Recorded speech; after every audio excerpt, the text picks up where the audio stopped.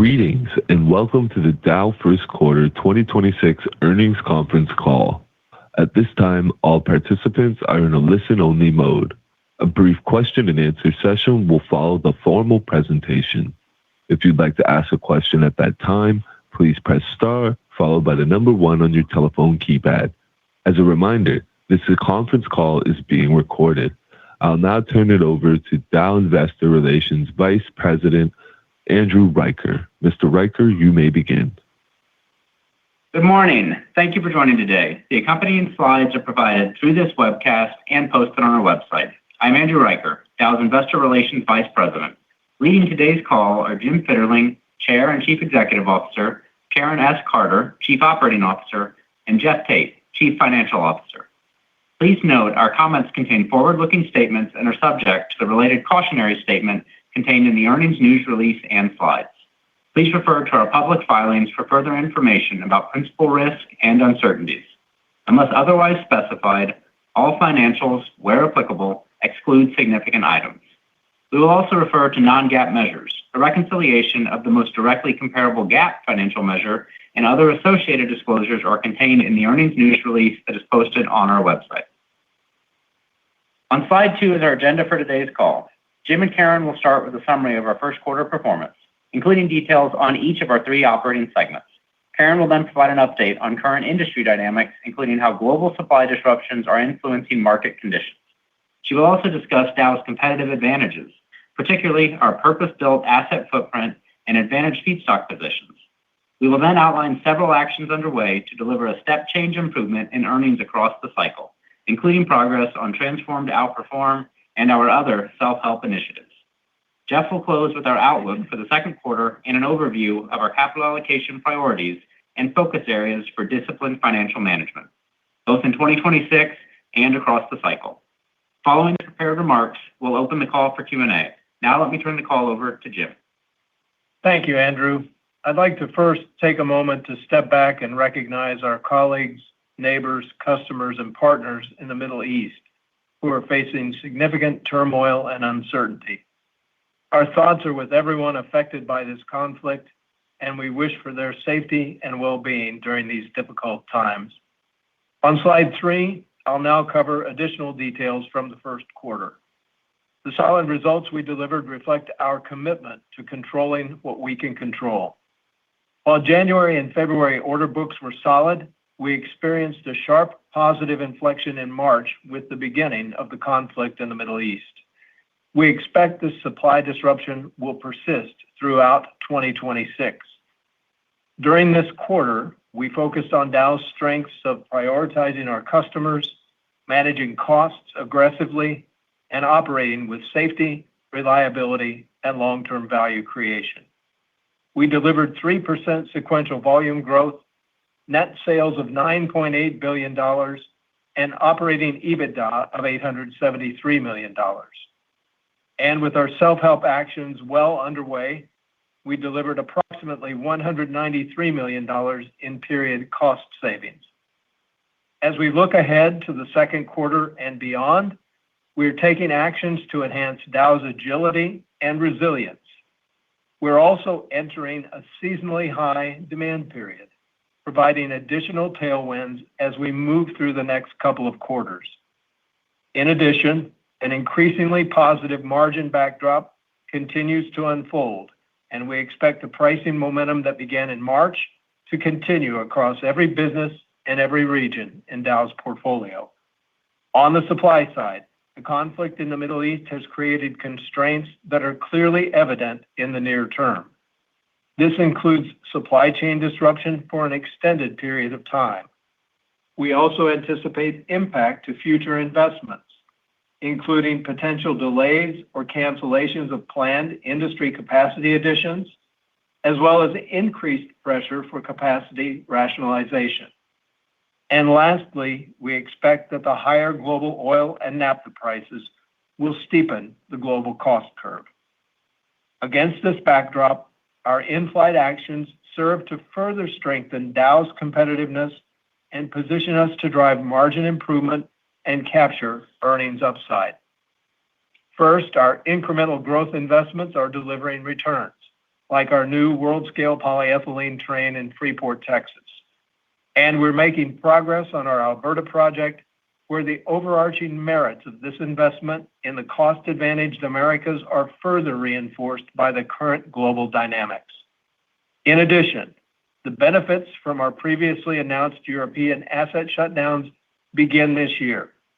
And lastly, we are building a Dow that is more agile and resilient through any cycle, a company that delivers through periods of volatility, and one that focuses on capturing upside, improving margins, and outperforming our peers to effectively reset the competitive benchmark.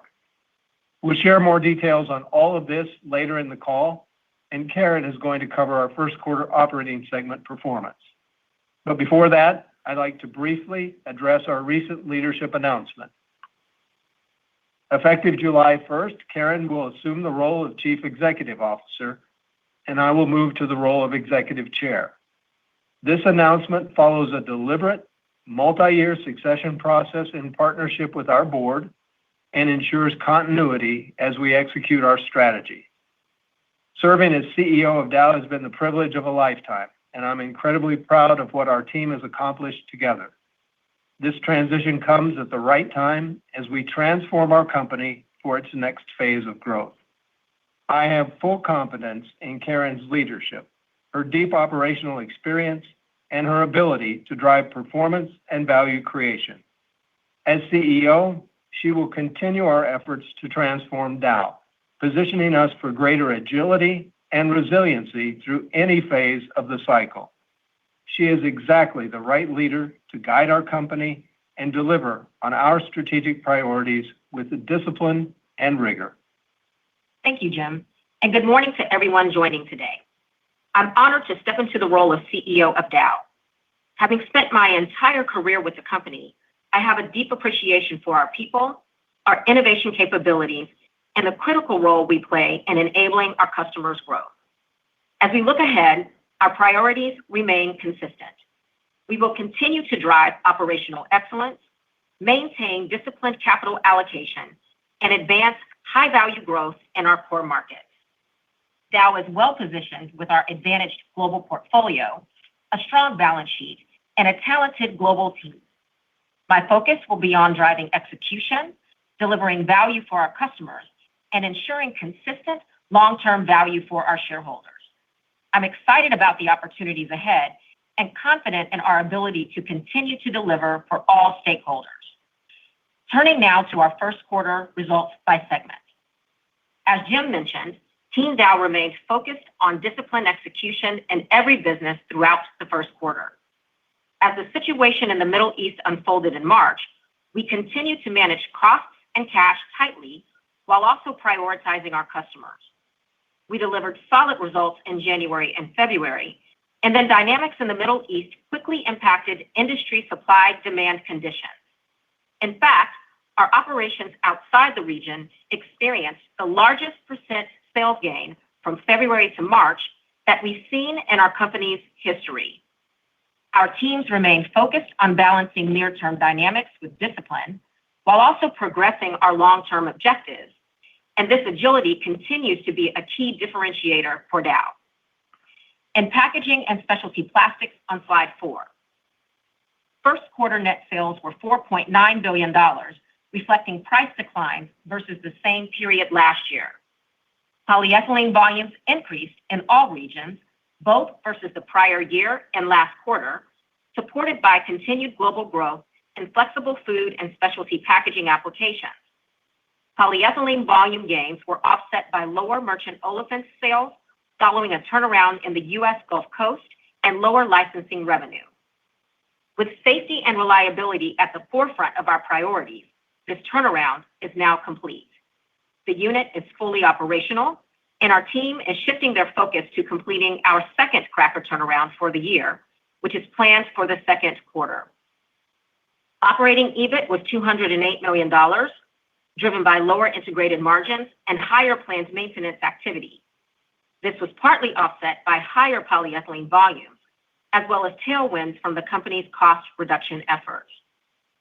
Looking ahead, our significant Americas footprint, including our new Poly 7 asset, will enable our teams to capture improved margins. Next, turning to our Industrial Intermediates and Infrastructure segment on slide 5. Net sales were $2.6 billion, down 8% year over year. This was largely due to lower prices in both businesses, as well as lower volumes in polyurethanes as a result of impacts from the Middle East conflict. Our proactive cost savings actions in both businesses provided tailwinds that offset some of the declines. Volume declined in the quarter as well, primarily due to our actions to reset our competitiveness by shutting down our higher cost upstream propylene oxide asset late last year. As a reminder, this action rationalized approximately 20% of North American PO industry capacity. And while we are experiencing a prolonged weak demand landscape across building and construction, our new alkoxylation assets are driving growth in industrial solutions, which serves attractive end markets such as home care, pharma, and energy. Moving to the Performance Materials and Coatings segment on slide 6. Net sales were $2.1 billion, which is flat compared to the same period last year, with higher volumes in both businesses. Volume increased 2% year over year, largely in downstream silicones, particularly in electronic and home and personal care end markets. Notably, downstream silicones continue to be a growth engine for the business, delivering high single-digit volume improvement versus last quarter. The business remains focused on advancing our multi-year asset and market strategy, which will help us grow with key customers. The strategy includes shifting our mix towards higher value products in markets like electronics and mobility, while right-sizing higher cost upstream capacity. And this work is further advanced by our previously announced European asset actions, including the shutdown of our basics siloxanes plant in Barry, UK, by the middle of this year. This capacity represents approximately 25% of European siloxane industry capacity.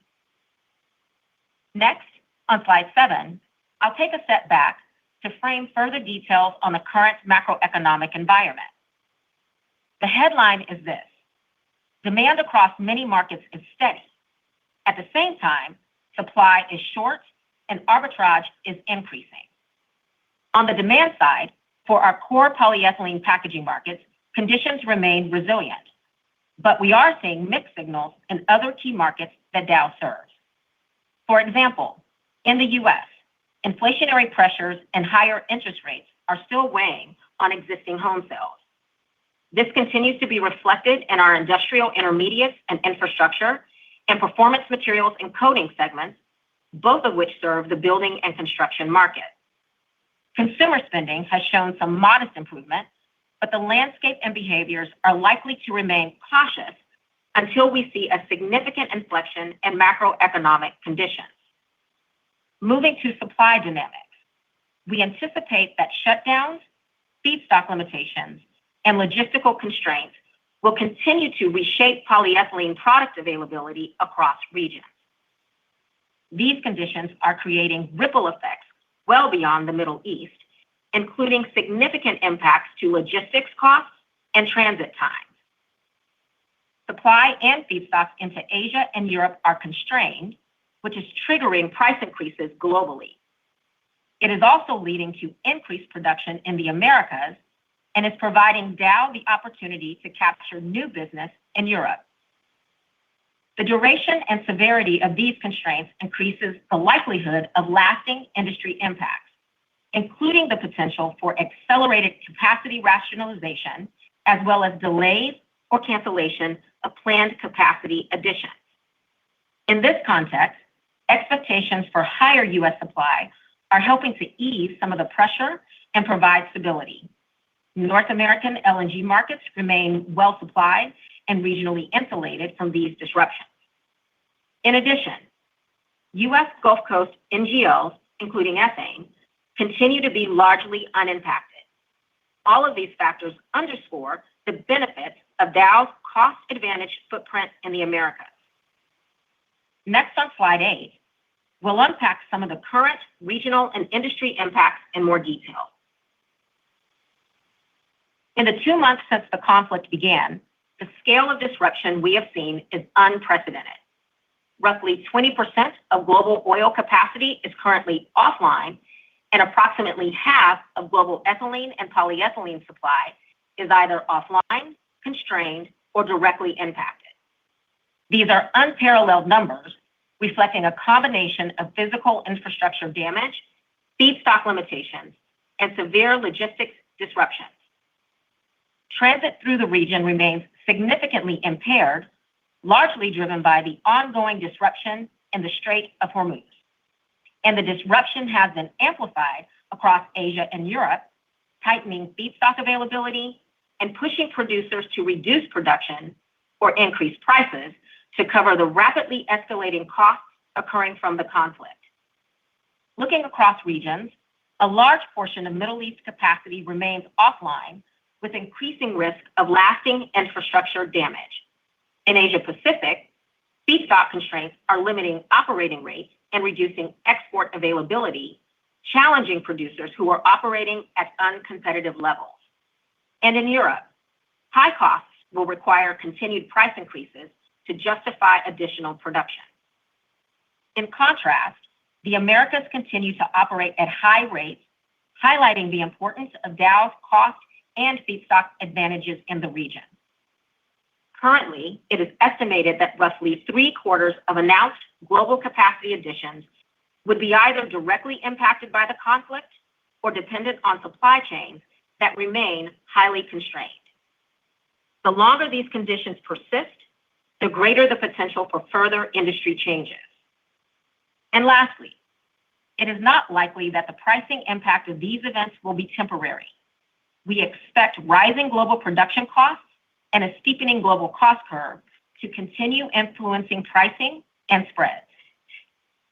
Next, I'll turn to slide 9, where we will discuss how Dow's specific advantages drive near-term value. At the beginning of the Middle East conflict, petrochemical prices, especially polyethylene, were at multi-year unsustainable lows. Despite broader near-term market volatility, we anticipate packaging demand will remain resilient, providing meaningful pricing potential as evidenced by recent March settlements. That brings me to our advantaged global asset footprint. Dow operates a large portion of our light cracking capacity in the cost-advantaged Americas, with assets in the U.S., Canada, and Argentina, all of which continue to operate at high rates. Our consistent focus on investing in the Americas gives us reliability, feedstock security, and cost stability at a time when global supply chains are strained. In Europe, our feedstock flexibility remains a critical differentiator. With naphtha supplies impaired and pro-nap spreads increasing, Dow's ability to optimize across feedstocks provides a clear cost and availability advantage versus peers. This allows us to protect and expand margins through running our assets competitively, even in a volatile energy and feedstock environment. And specific to our packaging and specialty plastics segment, Dow has higher North American capacity than our closest peer, further supported by the 2025 startup of our Poly 7 polyethylene train in Freeport, Texas. Additionally, approximately 80% of our P&SP product sales go into higher value, resilient applications, including packaging, consumer, and health and hygiene. These end markets have historically demonstrated lower risk of demand destruction. The structural advantages we have deliberately built over time give us confidence in Dow's ability to manage through volatility while capturing value at any point in the cycle.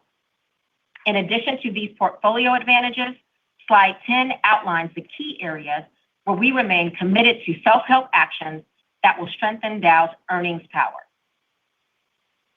First, we are on track to deliver the remaining cost savings from our previously announced $1 billion program by the end of this year. We are also executing a series of strategic moves that will uniquely position Dow to win.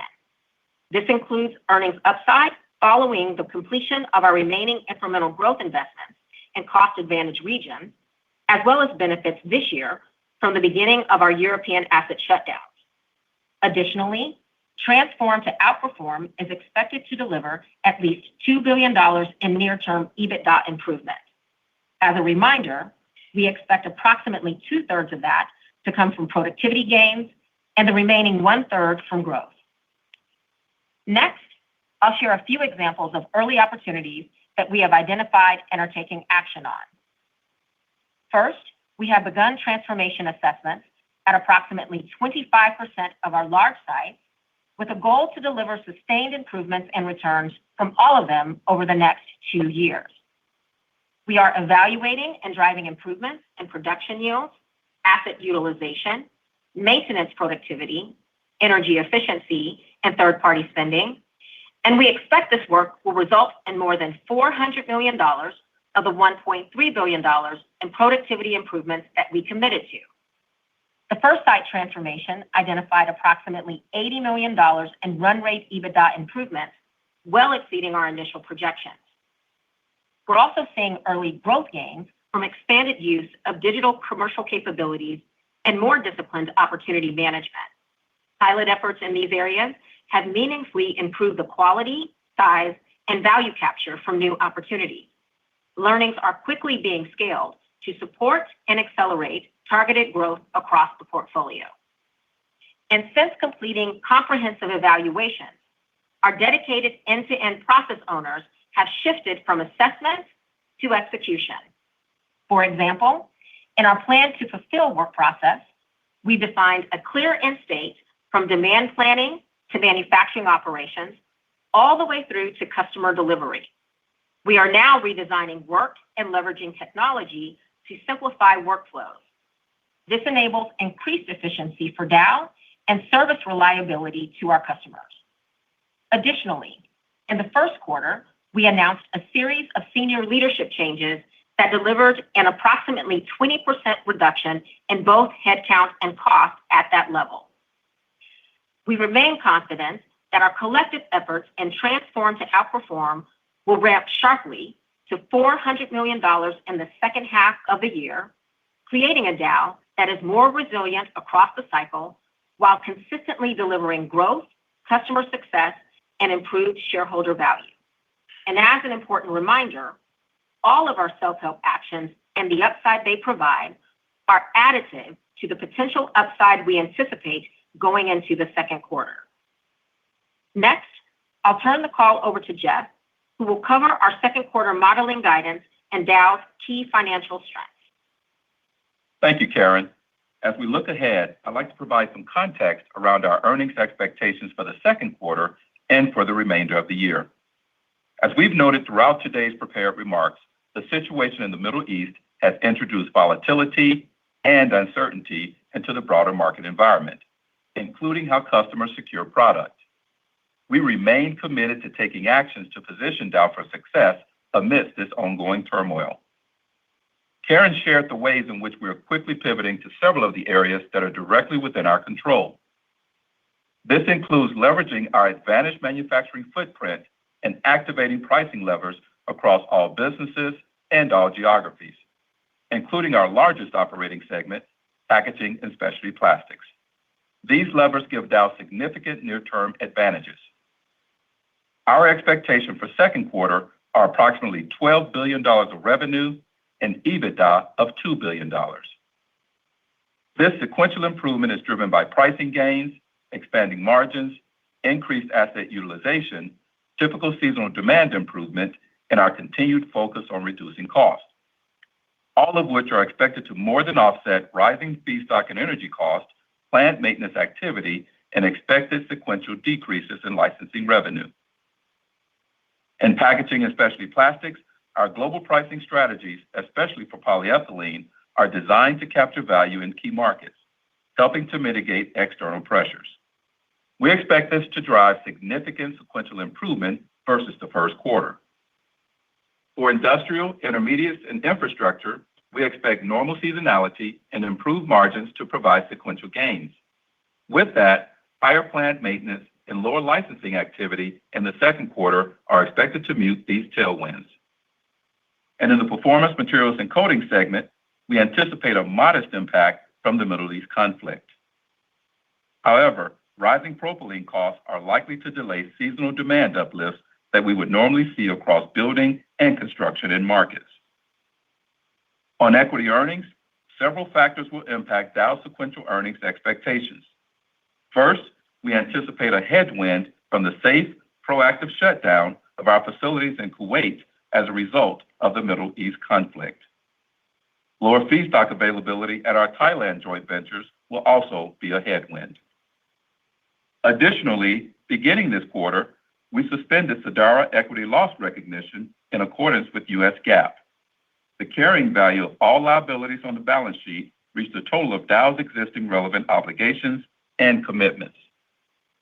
This is also reflected in our updated full-year equity earnings expectations, which can be found in the appendix of today's presentation. In summary, predicting global, macroeconomic, and end market dynamics in this period will continue to be difficult, but we expect more potential upside to these projections than downside. All of this represents our best assessment during a period of rapid change. We will provide updates later in the quarter if there are any significant developments compared to our current expectations. Next, on slide 12, I'll spend a few minutes on our consistent approach to disciplined financial management, which remains another core differentiator for Dow, especially in environments like we faced over the past few years. First and foremost, our capital allocation framework remains consistent. Everything starts with safe and reliable operations. In addition, we continue to maintain a solid balance sheet, as well as our long-standing commitment to an investment-grade credit profile. On capital deployment, we remain focused on high-quality organic investments, with capital expenditures expected to be at or below depreciation and amortization across the cycle. This includes prioritizing advantaged assets, regions, high-return projects, and investments that strengthen our cost position and earnings durability. With our near-term growth investments behind us, Path to Zero remains our only planned major project. Returning cash to shareholders through dividends and share repurchases also remains a clear priority across the cycle. Looking ahead to the balance of the year, our cash priorities are clear. In March, we received a cash payment from the Nova litigation, and we expect to receive the remaining tax withholdings of approximately $300 million later this year. At the same time, we remain focused on delivering the full benefits of our self-help actions, which we expect to total approximately $1.1 billion this year. This includes the remaining $600 million from our 2025 program, as well as $500 million in growth and productivity improvements from Transform to Outperform. As we mobilize the teams and complete several assessments in the immediate term, we expect to demonstrate a significant portion of the end-year value in the second half of this year. We will also continue to take a disciplined approach to working capital, making prudent trade-offs to support customers and operations while protecting our cash position as earnings improve. This was evident in the first quarter as we saw a year-over-year improvement in working capital of greater than $300 million. Importantly, all of this is underpinned by our strong liquidity position and well-laddered debt profile, with no substantive maturities until 2029. We have approximately $14 billion of total liquidity, inclusive of cash on hand and committed bilateral credit lines. Our revolving credit facility was recently renewed through 2030, and our committed accounts receivable securitization includes the recent renewal of our European facility through 2029. We also ended first quarter with over $4 billion of cash on hand. This liquidity positions us well to manage through macro or industry volatility without compromising our near-term priorities or Dow's long-term strategy. Our intentional actions give us confidence that Dow can continue to navigate the current environment, invest in the right opportunities, and deliver sustained value to shareholders across the cycle. Next, I'll turn the call back to Jim to provide closing remarks on slide 13. Thank you, Jeff. As I look at slide 13, it really captures how we position Dow, not just for this quarter or this year, but for long-term value creation through the cycle. First, even in a disrupted industry environment, we are well positioned to navigate market dynamics, which was apparent in our first quarter results. Our order books were solid in January and February, and we saw a sharp positive inflection in March, and we expect that to continue throughout 2026. As a result, the positive momentum from announced pricing actions across every business and every region is taking hold and building. At the same time, our mix continues to shift toward higher value sales, including functional polymers, where Dow's differentiation clearly shows up in our pound for polyolefins benchmarking. We published this peer benchmarking today on our investor relations website. This annual process provides important insights into our performance and that of the broader industry, and it is what ultimately led to Dow's actions to effectively reset the competitive benchmark through Transform to Outperform, which is underway. This year's results demonstrate that Dow is delivering consistent outperformance in many areas. This includes superior performance in our advantaged polyolefins portfolio, as well as outperforming the peer median on EBITDA growth for downstream silicones across all markets. That's not accidental. It's the result of disciplined execution and a focus on value. Our teams understand Dow's strengths and have aligned our R&D and innovation to the areas of our portfolio where Dow wins and our customers value it the most. Second, we've focused relentlessly on building long-term agility and resilience. We are acting thoughtfully but decisively to improve the quality of our portfolio and improve our long-term earnings. And we are not backing off.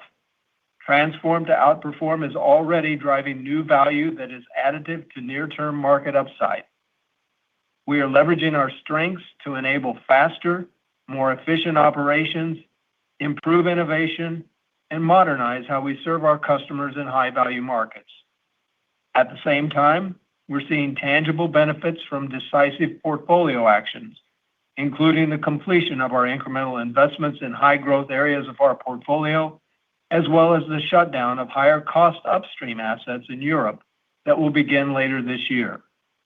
And with a revised timeline, our Alberta project will enable growth in resilient, high-value applications like pressure pipe, wire and cable, and food packaging. We remain confident that Dow can capture outsized growth in these markets for years to come, which will create additional value for shareholders.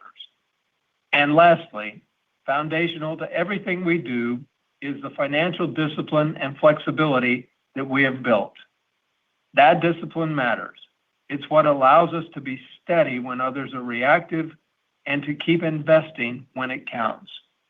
So when we say Dow remains a compelling investment opportunity, we say it with confidence, grounded in actions. We entered 2026 in a strong position, and we remain on solid footing. Our long-term vision, our strategic priorities, and the steps we've taken to navigate a challenging down cycle inflected in a way that positions our company for stronger, more resilient growth for years to come.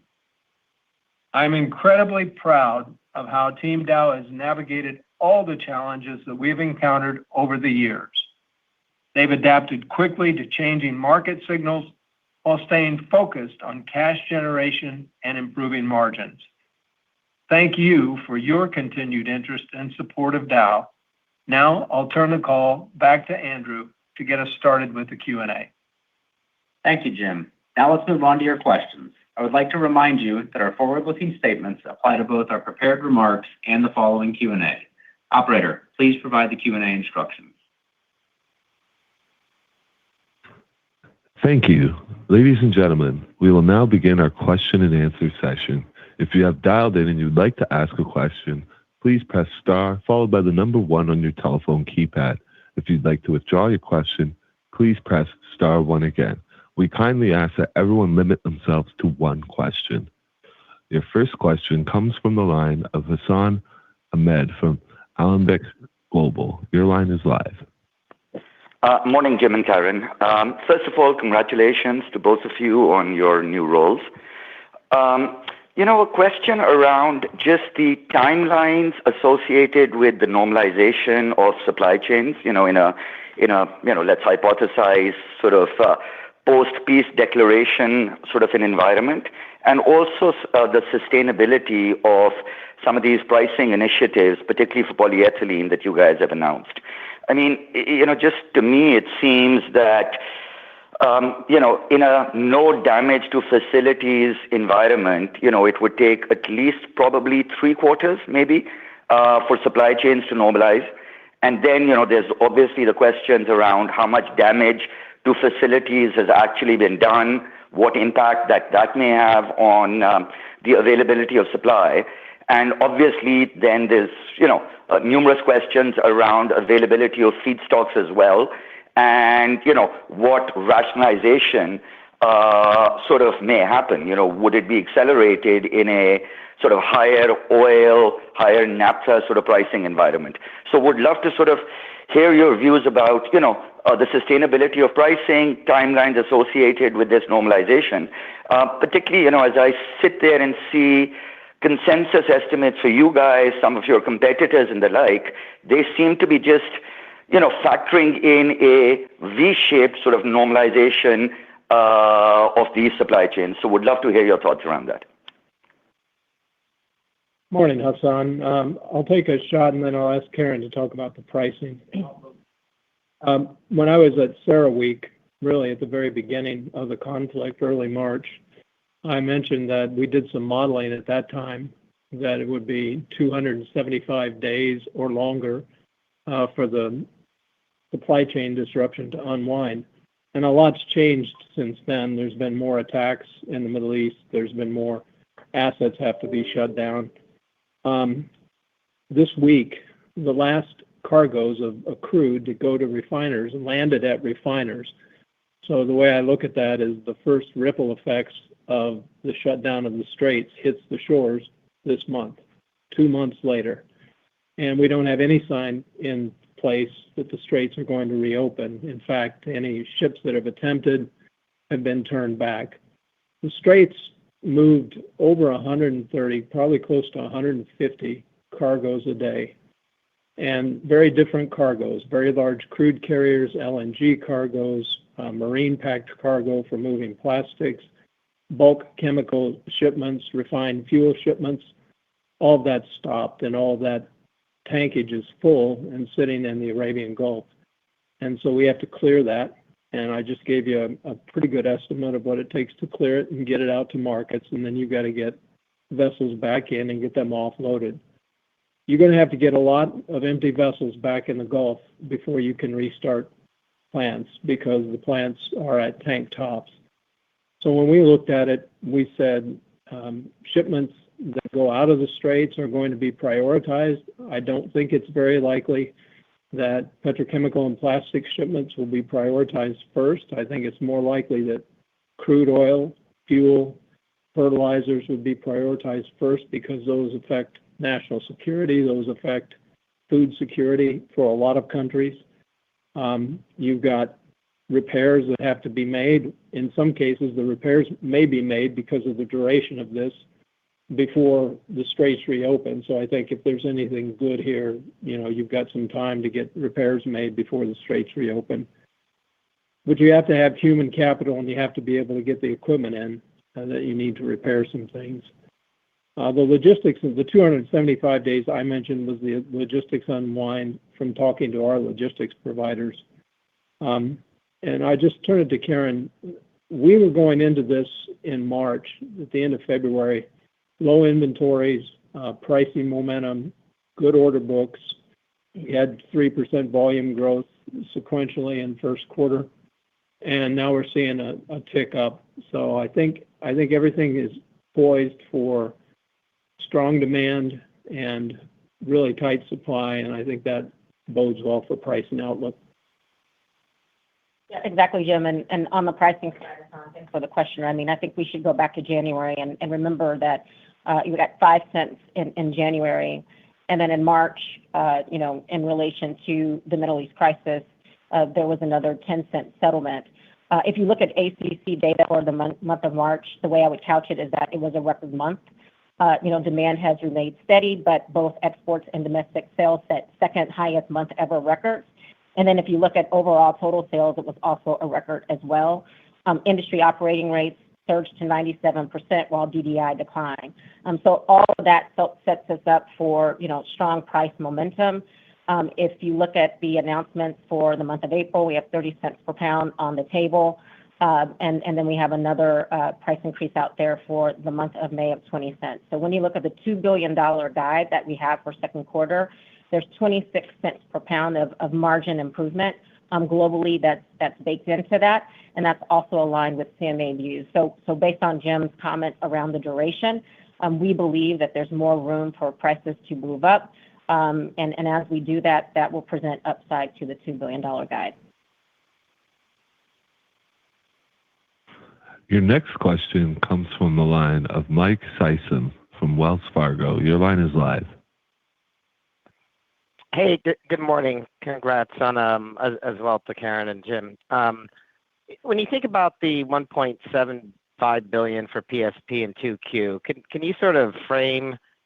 I mean, do you think that's kind of a mid-cycle EBITDA? Is it a peak EBITDA? And then when you think about the sustainability of these integrated margins into 27 as supply chains come back, where do you think we could sort of end up, post all this?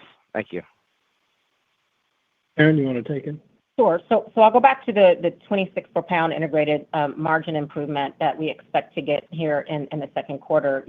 That's mid-cycle, perhaps a bit above mid-cycle. I think it's important to go back to the impact of this, which is really 3x what we saw in 2021 from Winter Storm Uri. And there you really did see us move over about a 6-month period, to mid-cycle and above prices. And so, my response to that is it's mid-cycle, moving to peak levels, but with the supply shock overnight, that is why you're seeing the ramp and price increases go faster than even what we saw in 2021. And again, as I indicated in my last answer, we expect that this environment is going to continue in alignment with the duration of the recovery that we believe is going to take, 6 months anywhere to 18 months to resolve. Your next question comes from the line of Vincent Andrews from Morgan Stanley. Your line is live. Thank you. Good morning, and I echo the sentiment on the leadership transition. Could I ask, Jim, if we get to the other side of the conflict, do you think there could be any changes in the cost curve on a sustainable basis? And in particular, do you think Europe's position can improve at all on the other side? And then within that, in the more nearer term, how are you thinking about the profitability of your own European assets over the course of the next couple of quarters? Do you think prices will improve enough to really reset profitability there, or how are you thinking about it? Yeah, good morning, Vince. I think on Europe, a couple of things that are having an impact on Europe right now.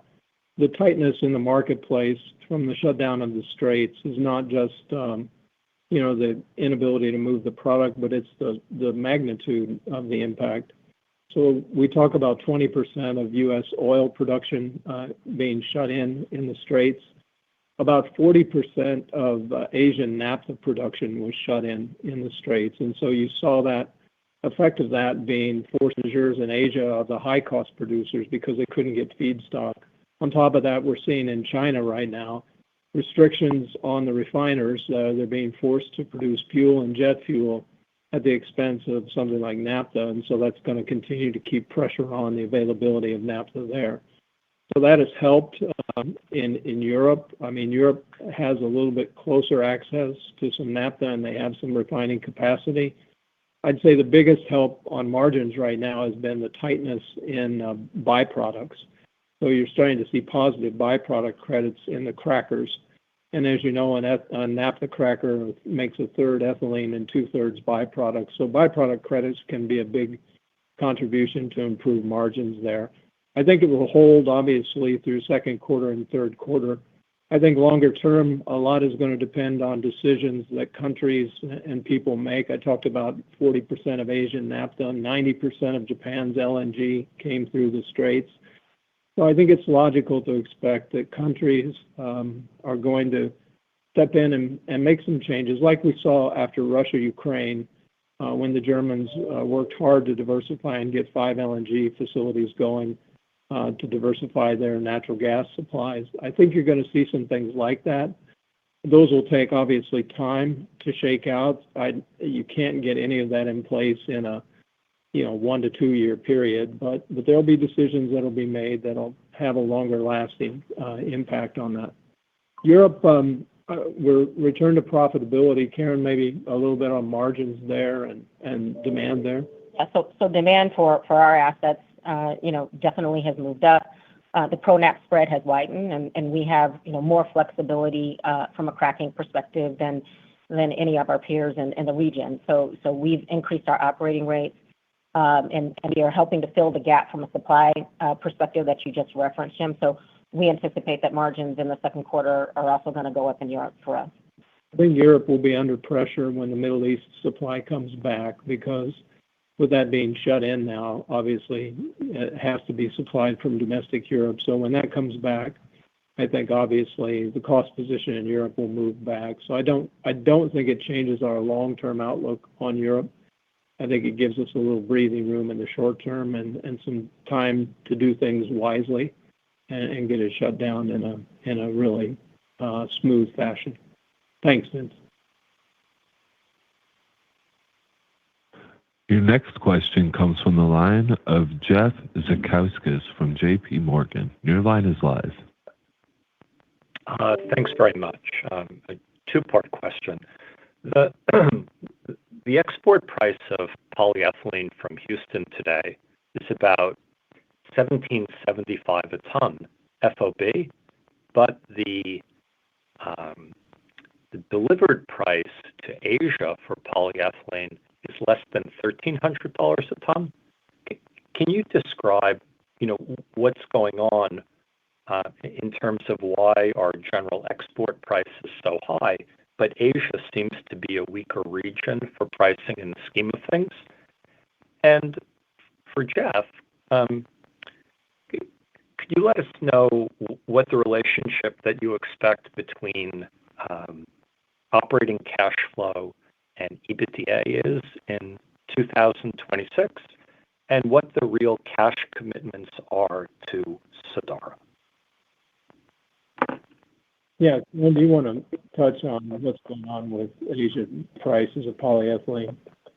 Yeah, Ted, thanks for the question. What I can say is that our prices around the world are going up. The export price is the indication of real demand, not local price. And as Jim just indicated, in China in particular, they are starting to restrict the feedstock that is going to petchem production. So we continue to expect prices there to go up as well. Yeah. Yeah, Jeff, on the cash side of things, in terms of operating EBITDA relationship, a couple of things I would mention there. We entered and exited first quarter with a very strong cash position at slightly over $4 billion. And as we look at our outlook for not only second quarter, but for the full year, we continue to see not only the self-help actions, but also all of the activities related to our pricing momentum building as we work our way through the year and through the quarter. So with that, we would expect our cash conversion rate to steadily improve as we go from one quarter to the next here. So we're in a really good position to see that EBITDA to cash flow and free cash flow increase from a cash conversion perspective. In terms of your second or third question around the Sadara cash commitments, I'd like to make a couple of comments there. You will notice that in first quarter, Dow's cumulative equity losses for Sadara reached $1.4 billion. This matches our existing relevant obligations and commitments, and so accordingly, under U.S. GAAP, we're in a position to suspend further recognition of the Sadara equity losses. Now, the $1.4 billion of commitments that we have from a relevant obligation perspective is comprised of $1.2 billion of debt. We have approximately $100 million related to our revolving credit facility, and then approximately another $100 million related to our letter of credit. Specific to your question around the cash commitments for 2026, And also through 2038, that would be approximately $100 million per year.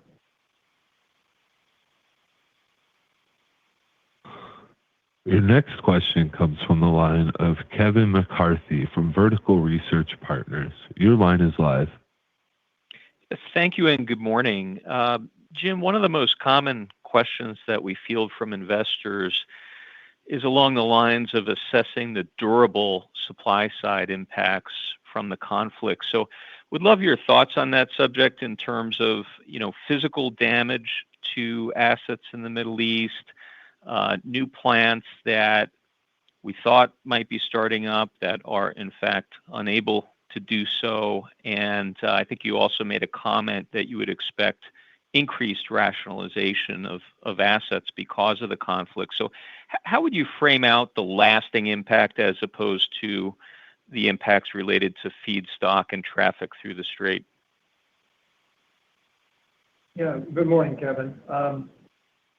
Look, and I don't have all of the insight to what has happened there, but I can go based on the incidents that I'm aware of and the things that have been shared that are public. I think most of the attacks were relatively, we saw information about like the East-West pipeline in Saudi, which a pump station was attacked.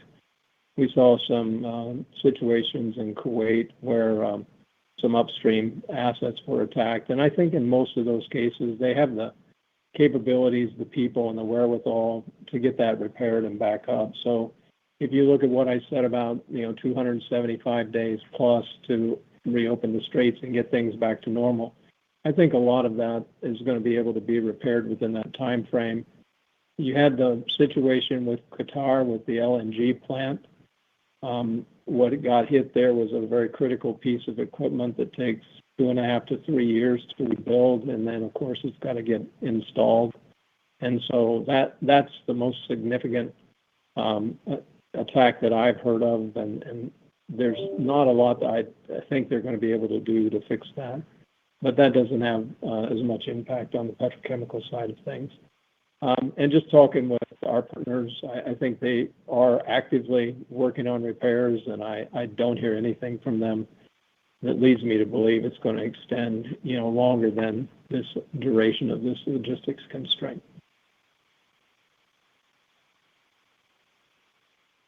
Your next question comes from the line of Patrick Cunningham from Citi. Your line is live. Hi, good morning. Thanks for taking my question. Could you perhaps walk through any impacts of the conflict on maybe the 10 to 15% of non-polyolefin derivatives that are exposed to some of these tightening market dynamics, and where you might see the biggest potential for additional export opportunities or advantage footprint taking advantage of some of the higher margins? Well, ethylene, polyethylene, ethylene, polyethylene, ethylene glycol has probably been the biggest impact of all of it. And so you see that already showing up in the market response and what's happening. And those should be able to repair quickly. That's also one of the things you see in the results with Kuwait's earnings in the first quarter was, remember, Kuwait has operations in Canada and Texas, and so they have a global footprint on MEG, so they're able to supply their customers and also take advantage of, the price increases, and that more than offsets the situation that they have to deal with locally. But they'll be able to get that back up and moving once the roadblock clears. I would say on propylene derivatives, there are some, obviously, we have some in the polyurethanes business that will be impacted. There's some polypropylene that will be impacted.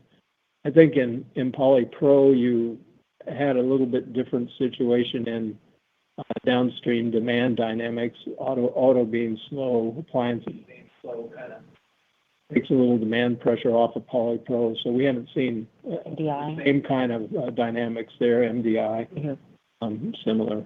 Other things you want to bring in, Karen? No, I think you're absolutely right. I mean, on the EO side, in particular, MDI working to get those prices up above the cost increases, and MEG, as you referenced, those prices are are moving up as well.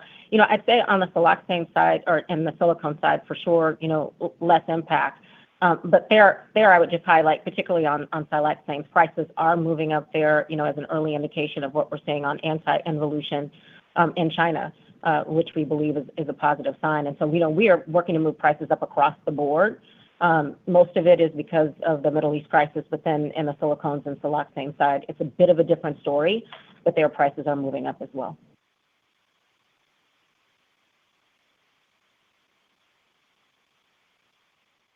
Your next question comes from the line of Frank Mitsch from Fermium Research. Your line is live. Thank you, and also let me offer my congratulations to Jim and Karen.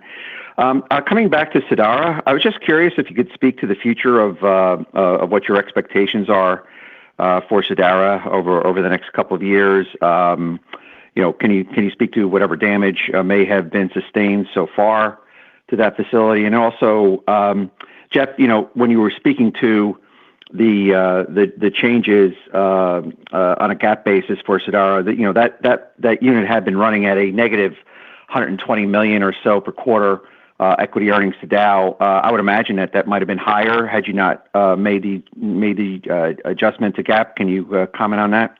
Thank you. Yeah, Frank, I'll take the first part. I mean, one of the things I will continue to do as Karen takes over CEO role is finish up these negotiations with Saudi Aramco on the restructuring of Sadara and trying to address some of the challenges that we've faced there.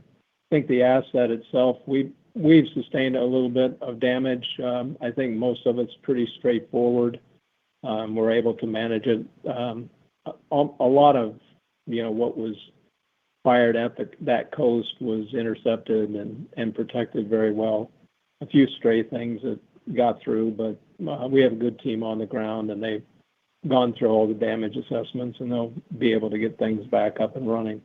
I would say that our focus is going to be on getting the restructuring right, getting the participation of Sadara right, and it's not really an operating problem. It's more of a leverage issue and a balance sheet issue that we've got to get right, and that's what we're working through with Aramco. And as I promised, I'll have more of an update for you mid-year when we come back for earnings then.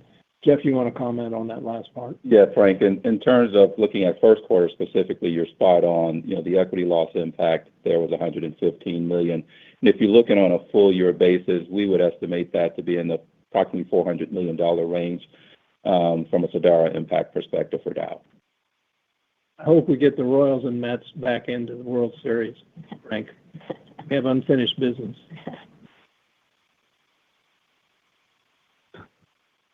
The next question comes from the line of David Begleiter from Deutsche Bank. Your line is live. Thank you. Good morning. And again to Jim and Karen, congrats on the new roles.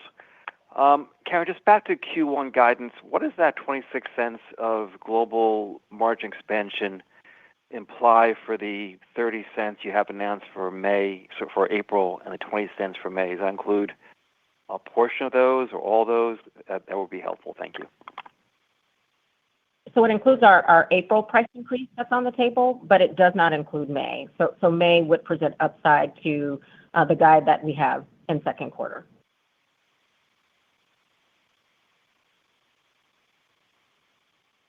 This concludes our question and answer session. I'll now turn the conference back over to Andrew Riker for closing remarks. Thank you, everyone, for joining our call, and we appreciate your interest in Dow. For your reference, a copy of our transcript will be posted on Dow's website within 48 hours. This concludes our call. This concludes today's conference call. You may now disconnect.